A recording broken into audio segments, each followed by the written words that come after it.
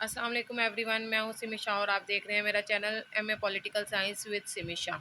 आज मैं आपको एमए पॉलिटिकल साइंस पार्ट 1 के पहले पेपर के बारे में इंट्रोडक्शन दूंगी। पार्ट 1 में 5 टोटल पेपर्स होते हैं। ये मेरे पास गाइड है डॉगर वालों की। इसके अलावा इसमें 5 पेपर्स होते हैं। 5 पेपर्स के हवाले से आपको भी मालूम होता है, इंग्लिश में भी देख लें और उर्दू में भी देख लें। मगरबी सियासी अफकार होते हैं, मुसलमानों के सियासी अफकार होते हैं, तकाबली तरक्याती सियासत होते हैं, आईआर होता है, और पाकिस्तान के नज़रियाती और तारीख, हुकूमत और सियासत होती है। ये इसका चार्ट बना हुआ है पंजाब यूनिवर्सिटी के 5 पेपर्स का। आप देख सकते हैं, देखिए मैं कितने स्लो ये कर रही हूँ। ये 5 पेपर हैं। आज हम पहले पेपर के बारे में बात करेंगे। पहला पेपर है वेस्टर्न पॉलिटिकल थॉट, यानी कि मगरबी सियासी अफकार। इसमें सबसे ज़्यादा जो है वेस्टर्न जितने थॉट्स गुजरे हैं उनके बारे में है, जैसे कि हमारे बारे में सुकरात था, अरस्तू था, प्लेटो था, हॉब्स, लॉक और इस तरह के जितने भी सियासी रहनुमा गुजरे हैं उनके बारे में था। ये देखें, इसके अंदर इन्होंने ये देखें, सबसे पहले इंट्रोडक्शन आ जाता है पॉलिटिकल साइंस का, व्हाट इज़ पॉलिटिकल साइंस। फिर यूनान में उसका क्या फ़लसफ़ा था। फिर सकरात आ जाता है। सकरात के उसके सिर्फ 2 ही उसने अपने कंसेप्ट दिए थे, नेचुरल कानून के हवाले से दिया था और रियासत के हवाले से दिया था। इसके सबसे इम्पोर्टेंट जो हमारे पास है अफलातून आ जाता है। अफलातून का एक सवाल लाजमन आता है, मैंने लास्ट वीडियोस में भी बताया हुआ है 25 नंबर का। इसके अलावा उसने रियासत के बारे में कहा, इंसाफ के हवाले से कहा है, तालीमी निज़ाम के हवाले से कहा है। उसने अफलातून ने अपने नज़रियात पेश किए थे।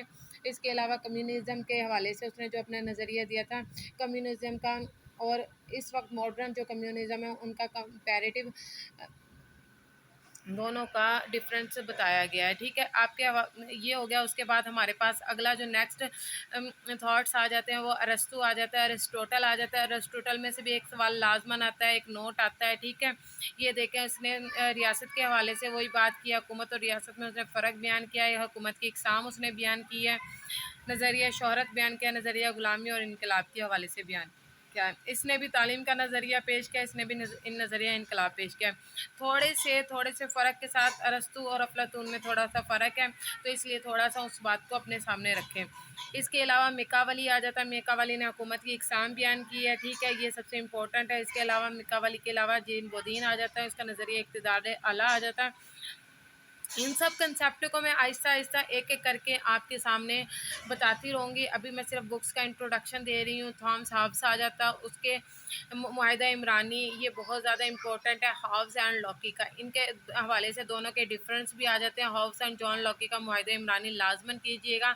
इन दोनों का नेचुरल कानून के हवाले से भी इसने भी कहा है और इसने भी कहा है, जॉन लॉक ने। उसके अलावा रोसो आ जाता है। रोसो ने भी मुआहिदा इमरानी कहा है, नज़रिया मंशाए आम। ये सवाल अभी पिछले दिनों भी मुझसे किसी ने कहा था कि जनरल विल ये क्या होता है। इसके बारे में भी एक वीडियो में अगर आप लोग कहेंगे तो मैं बना दूंगी। हीगल आ गया, हीगल का जदली नज़रिया आ गया। बेंथिम आ गया है, बेंथिम का खुशी और गमी का नज़रिया। अफादियत होता है खुशी और गमी का नज़रिया, ये सबसे इम्पोर्टेंट है। मोनिस्को आ गया, मोनिस्टिक्सको। इसके अलावा इम्पोर्टेंट नज़रिया इख्तियारात, इसका एक ही है, जॉन स्टुअर्ट मिल का। ये नज़रिया आज़ादी सबसे ज़्यादा इम्पोर्टेंट है। इसके अलावा ग्रीन मिल आ गया, ये कार्ल मार्क्स आ गया। कार्ल मार्क्स को लाजमन कीजिएगा क्योंकि ये जदीद दौर का एक थॉट्स गुजरा। इसने जो माशियात के हवाले से नज़रिया किया है, सामने लिया है, तबक़ाती कशमकश का, अमीर अमीर होता जा रहा है और गरीब गरीब तर होता जा रहा है, इसके हवाले से इसने ये नज़रिया बयान किया था। इसके हवाले से ये ज़रूर आपने रीड आउट करके जाना है क्योंकि सवाल इसमें से भी आ सकता है।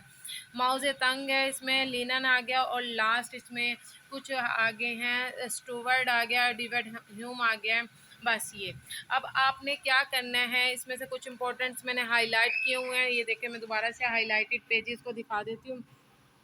आपने सिर्फ एक अच्छी सी बुक लेनी है, जैसे कि मैंने तो ये ली हुई है डोगर वालों की। इसके अलावा मेरे पास मास्टर गाइड भी है।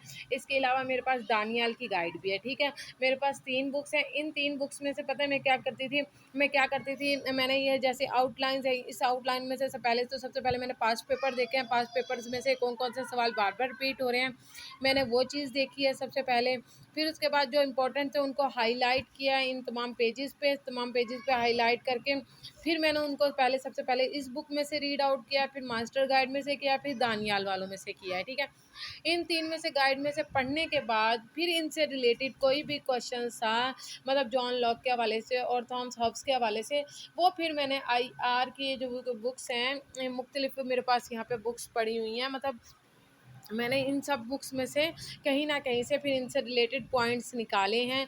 अपने पॉइंट्स मैंने खुद बनाए हैं, आउटलाइन बनाई है सवाल को देखते हुए, इनको टॉपिक्स को देखते हुए आउटलाइन बनाएँ और उसके बाद उस आउटलाइन के मुताबिक सवाल को हल करने की कोशिश करें। इस तरह आपको फर्स्ट डिवीज़न आ सकती है। ये मेरी फर्स्ट बुक के हवाले से था। अभी मैं सेकंड बुक की आउटलाइन के हवाले से एक वीडियो बनाने लगूँगी। इसी तरह मैं 10 वीडियोज़ बनाऊँगी, 10 के 10 सब्जेक्ट के लिहाज से, ताकि आप लोगों के कंसेप्ट्स क्लियर हो जाएँ। ठीक है, आप अपना ख्याल रखिएगा, आप नेक्स्ट वीडियो देखते रहें। आपको जिन बुक्स के हवाले से भी गाइडलाइन चाहिए, जिस टॉपिक के हवाले से भी गाइडलाइन चाहिए, आप मुझे जस्ट टॉपिक का नेम सेंड कर दें, मैं उस टॉपिक के हवाले से आपको वीडियो बना के सेंड कर दूँगी। आसान अल्फाज में आपको सिखाने की कोशिश करूँगी। अपना ख्याल रखिएगा, अपने घर वालों का ख्याल रखिएगा, दुआ में याद कीजिएगा। अल्लाह हाफ़िज़।